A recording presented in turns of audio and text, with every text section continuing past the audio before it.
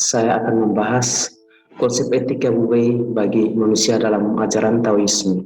Para pengikut setia Lao Tzu menyebutnya dengan istilah Wu Wei. Wu Wei dapat diartikan tanpa berbuat atau bertindak. Wu Wei merupakan konsep dari filsafat Taoisme yang adalah segala sesuatu berjalan sesuai dengan garis edarnya. Menurut Taoisme, hidup ini tumbuh dan berkembang pada jalannya. Dia hadir di dunia, kemudian hidup dan akhirnya mati, tanpa ada usaha yang dilakukan olehnya. Tanpa usaha, manusia pun pohon kecil akan menjadi besar. Anak kecil akan tumbuh menjadi dewasa. Orang dewasa akan menjadi tua dan mati.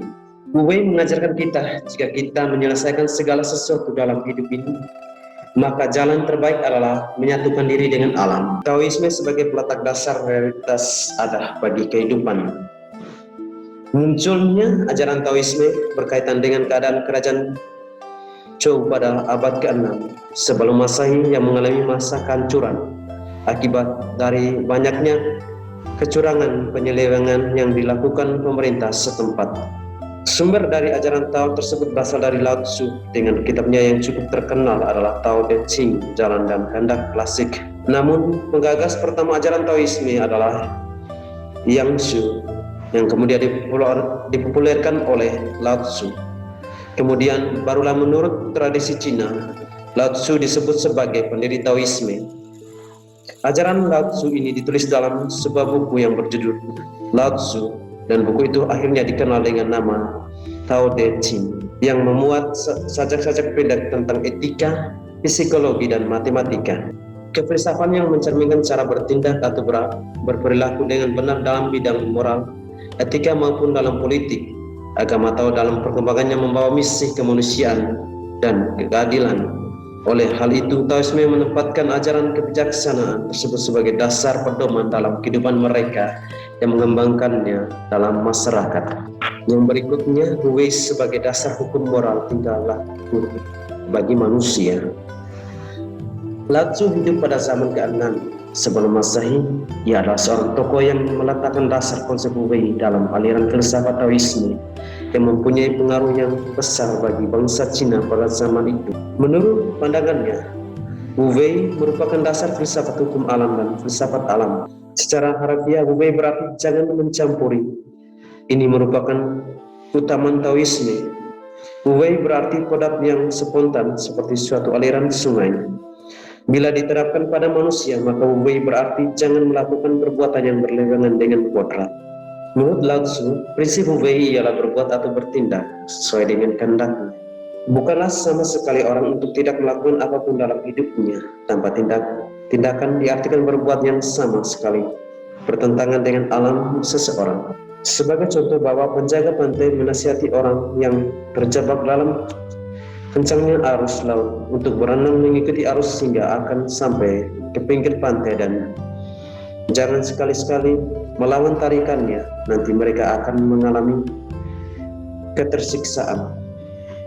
Contoh-contoh ini menekankan kehati-hatian dan dapat mengendalikan pikiran dalam suatu tindakan yang dilakukan oleh manusia. Taoisme percaya bahwa kebijaksanaan adalah mengetahui kesulitan-kesulitan dan tidak pernah mempunyai agresif terhadap kodrat alam dan manusia. Lao Tzu mengatakan, tidak mengetahui hukum yang kekal dan bertindak secara buta adalah menyongsong bencana. Seharusnya manusia mengetahui hukum tersebut dan bertindak dengan selarasnya. Itulah yang disebut terang yang mengajarkannya. Jika seorang akan mencapai sesuatu, dia harus memulai dengan sesuatu yang berlawanan dengannya. Jika manusia ingin menjadi kuat, dia harus mulai dari lemah. Jika orang ingin mempertahankan kapitalisme, ia harus mempertahankan unsur-unsur sosialisme masuk di dalamnya.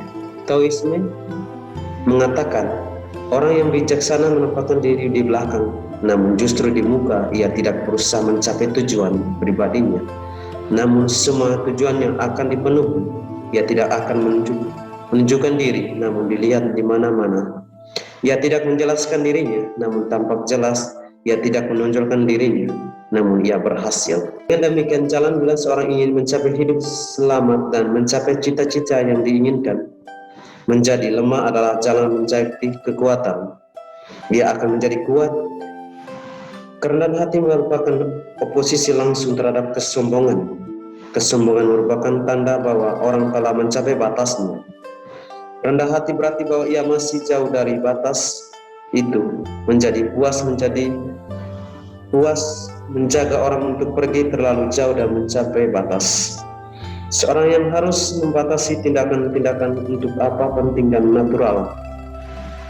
Penting untuk mencapai maksud dan tidak berbuat terlebih dahulu. Sebagai penutup, Wu Wei merupakan salah satu konsep filsafat Cina yang digagas oleh Lao Tzu untuk menentang para pemerintah yang tidak adil dan menjalankan pemerintah menurut Lao Tzu, orang yang ingin hidup bijaksana dalam kehidupan sehari-hari, ia harus berbuat sesuai dengan tata cara hidup